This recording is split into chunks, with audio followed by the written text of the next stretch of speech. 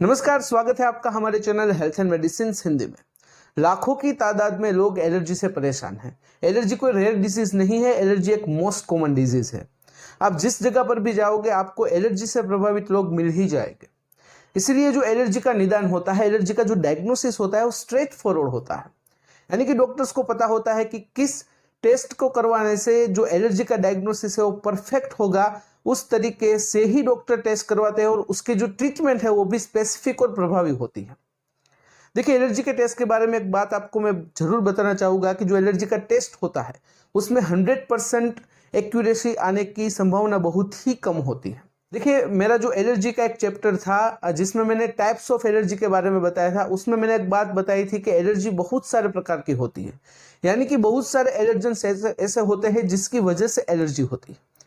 अगर किसी को मल्टीपल एलर्जी है, यानी कि एक से ज्यादा प्रकार की एलर्जी है, तो वहां पर तो जो टेस्ट के रिजल्ट है वो बहुत ही मुश्किल से मिलते हैं। इसलिए आज के वीडियो में मैं आपको एलर्जी का निदान कैसे होता है, डॉक्टर एलर्जी का निदान कैसे करते हैं, उसके बारे में बताऊंगा। अगर आप मेरे चैनल पर नए हो, आपको मेरे कंटेंट अच्छे लगते हैं, आपको मेरे वीडियोस हेल्पफुल लगते हैं, तो प्लीज मेरे चैनल को सब्सक्राइब करें और साथ ही साथ नोटिफिकेशन बेल को भी प्रेस करें ताकि मेरे वीडियोस के नोटिफिकेशन आपको मिलते रहे।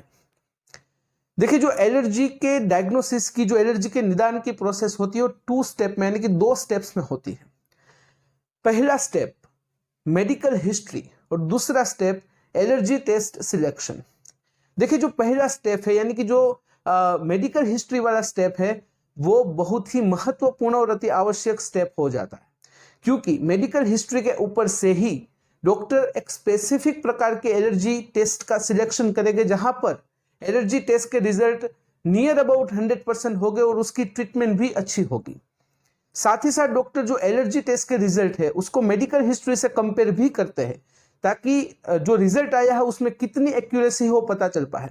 उसके बाद जो ट्रीटमेंट होती है वहां पर भी मेडिकल हिस्ट्री का उपयोग होता है ताकि ट्रीटमेंट स्पेसिफिक हो पाए और प्रभावी हो पाए।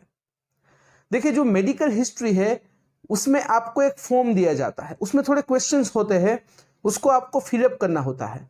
मेडिकल हिस्ट्री देते समय आपको एक खास बात का ध्यान रखना है, जो भी आंसर आप दे वो ऑनेस्टली आपको देने हैं। यानी कि आपके आंसर, अगर सभी आंसर ऑनेस्ट हुए तो आपकी जो टेस्ट है, जो डॉक्टर आपको सजेस्ट करेंगे एलर्जी की टेस्ट, उसका रिजल्ट आपको अच्छा मिलेगा। रिजल्ट अच्छा मिलेगा, डायग्नोसिस अच्छा होगा, तो आपकी ट्रीटमेंट भी अच्छी होगी।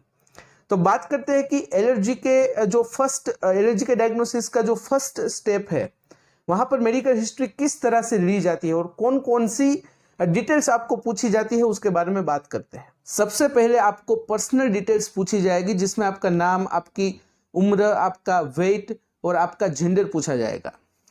दूसरी चीज, आपको अभी के लिए कोई बीमारी है कि नहीं उसकी डिटेल्स जानी जाएगी। उसके बाद आप अभी कोई मेडिसिन ले रहे हो कि नहीं उसके बारे में जाना जाएगा। उसके बाद आप पास्ट में कोई मेडिसिन ले रहे थे उसकी हिस्ट्री पूछी जाएगी।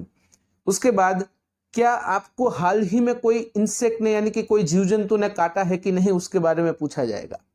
लास्ट 5 डेज में आप कभी हॉस्पिटलाइज हुए हैं कि नहीं उसकी डिटेल पूछी जाएगी। आपने आज से पहले कितने डॉक्टर्स को एलर्जी से रिलेटेड चीज में मिले हो कि नहीं, कंसल्ट किया है कि नहीं उसके बारे में पूछा जाएगा। वह डॉक्टर्स ने जो दवाई दी थी, जो दवाई आपको प्रिस्क्राइब करके दी थी, उसकी हिस्ट्री भी पूछी जाएगी। आपने आज से पहले कोई एलर्जी का टेस्ट करवाया है कि नहीं उसके बारे में पूछा जाएगा। आपने आज से पहले दूसरे कोई टेस्ट करवाया है कि नहीं, आपने अभी कोई टेस्ट करवाया है कि नहीं उसके बारे में पूछा जाएगा। आपका वैक्सीनेशन रिकॉर्ड देखा जाएगा। स्पेसिफिक एलर्जन की वजह से आपके शरीर में क्या बदलाव आते हैं उसकी जानकारी भी मांगी जाएगी। आपको स्पेसिफिक लक्षण कब और कितने समय तक दिखाई देते हैं उसकी जानकारी भी मांगी जाएगी। आपके घरेलू वातावरण की जानकारी भी आपसे पूछी जाएगी। आपके घर में कोई पेट एनिमल, यानी कि कोई पालतू जानवर है कि नहीं उसकी डिटेल्स पूछी जाएगी। आपके वर्क प्लेस पर एनवायरनमेंट कैसा है उसकी डिटेल्स भी जानी जाएगी। आप हर रोज कितने प्रकार के लोगों के संपर्क में आते हो उसकी डिटेल्स भी पूछी जाएगी। आप पूरे दिन कौन कौन से कॉस्मेटिक्स का उपयोग करते हो उसकी जानकारी भी मांगी जाएगी। एलर्जी संबंधित आपकी फैमिली हिस्ट्री और आपकी जियोग्राफिकल हिस्ट्री भी जानी जाएगी। आप किस प्रकार का खुराक लेते हो उसकी डिटेल्स भी मांगी जाएगी। अगर आपको कोई एडिक्शन है, यानी कि अगर आप स्मोकिंग करते हो या फिर ड्रिंकिंग करते हो, तो उसकी हिस्ट्री भी ली जाएगी। अगर आप अभी कोई ड्रग्स ले रहे हो या आपने पास्ट में कोई ड्रग्स ली थी कि नहीं, उसकी डिटेल्स भी पूछी जाएगी। देखिए, जो मेडिकल हिस्ट्री की जो प्रोसीजर है वो थोड़ी लेंदी होती है। यहाँ पर आपको खास ध्यान रखना है कि आपको सभी क्वेश्चंस के आंसर सही देने हैं और ऑनेस्ट तरीके से देने हैं। देखिए, जो मेडिकल हिस्ट्री की जो प्रोसीजर होती है उसमें बदलाव भी होता है, यानी कि सिचुएशन पर डिपेंड होती है। फॉर एग्जाम्पल, अभी के लिए जो कोरोना वायरस की सिचुएशन है वहां पर यह क्वेश्चंस में कोविड-19 के क्वेश्चंस भी ऐड हो सकते हैं। मेडिकल हिस्ट्री जान लेने के बाद डॉक्टर आपको कौन सी स्पेसिफिक टेस्ट करवानी है एलर्जी के, उसके बारे में बताएंगे। देखिए, नंबर 2 यानी कि स्टेप नंबर 2 है एलर्जी टेस्ट सिलेक्शन। यहाँ पर 2 प्रकार की टेस्ट होगी। सबसे पहली है स्किन टेस्ट और दूसरी है ब्लड टेस्ट। स्किन टेस्ट में भी 2 प्रकार की टेस्ट होती है। सबसे पहली है skin prick test. Skin prick test के नाम से ही पता चलता है कि यहाँ पर स्किन पर एक छोटा सा प्रिक करना होता है।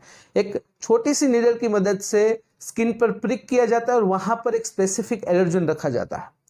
अगर आपकी बॉडी वह पर्टिकुलर एलर्जन के सामने सेंसिटिव है, अगर आपकी इम्यून सिस्टम रिएक्ट करती है, तो वहां पर यानी कि जहां पर प्रिक किया है, स्किन प्रिक की गई है, वहां पर लाल चकत्ते हो जाएगा और थोड़ी सूजन भी हो जाएगी। इसका मतलब है कि जो स्पेसिफिक एलर्जन वहां पर रखा गया था उससे आपको एलर्जी है। इस तरह से दूसरे एलर्जेंस भी रखे जाएंगे 1 बाय 1 और टेस्ट की जाएगी। दूसरी टेस्ट है इंट्राडर्मल टेस्ट। देखिए, इंट्राडर्मल टेस्ट डॉक्टर तब ही सजेस्ट करते हैं जब जो स्किन प्रिक टेस्ट है वहां पर रिजल्ट क्लियर नहीं होते हैं। इंट्राडर्मल टेस्ट में भी एक छोटी सी निडल की मदद से एक स्पेसिफिक एलर्जन को जो स्किन के ऊपर के जो लेयर होते हैं उसके नीचे रखा जाता है और सेंसिटिविटी नापी जाती है। अगर आपकी बॉडी स्पेसिफिक एलर्जन के सामने रिएक्शन देती है, आपकी इम्यून सिस्टम रिएक्ट करती है, तो पता चलता है कि आपको यह स्पेसिफिक प्रकार के एलर्जन से एलर्जी है। अब बात करते हैं एलर्जी के निदान में ब्लड टेस्ट के बारे में। देखिए, वैसे तो ब्लड टेस्ट की एक्यूरेसी स्किन टेस्ट से कम होती है, लेकिन कुछ स्पेसिफिक कंडीशंस में स्किन टेस्ट काम नहीं आती है तो वहां पर ब्लड टेस्ट करवाया जाता है।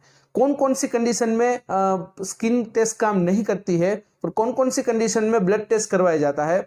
नंबर 1 है, अगर आपकी स्किन बहुत ही ज्यादा सेंसिटिव है तब स्किन टेस्ट काम नहीं आती, तब ब्लड टेस्ट करवाया जाता है।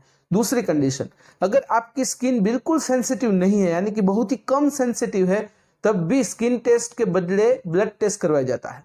तीसरी कंडीशन, अगर आप कोई स्पेसिफिक मेडिसिन ले रहे हो जो स्किन टेस्ट में बाधा उत्पन्न करती है, यानी कि स्किन टेस्ट के जो रिजल्ट आते हैं उसमें फ्लक्चुएशन आते हैं, तब ब्लड टेस्ट करवाया जाएगा। चौथी कंडीशन है कि अगर पास्ट में यानी कि भूतकाल में कभी भी आपने स्किन टेस्ट करवाया हो, वहां पर आपका अनुभव बहुत ही खराब रहा हो, तब ब्लड टेस्ट करवाया जाता है, स्किन टेस्ट नहीं करवाई जाती है। ब्लड टेस्ट में सिंपल होता है, आपका ब्लड लेते हैं एज अ सैंपल, फिर स्पेसिफिक एलर्जन और स्पेसिफिक एंटीबॉडी टेस्ट के लिए उसे लैब में भेजते हैं और वहां से रिजल्ट आता है।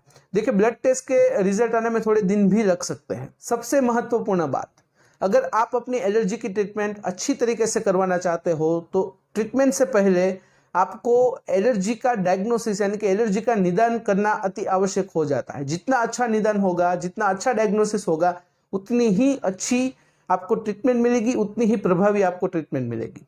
तो आज के वीडियो में बस इतना ही। आज का वीडियो ध्यान से देखने और सुनने के लिए आपका धन्यवाद। जय हिंद, जय भारत।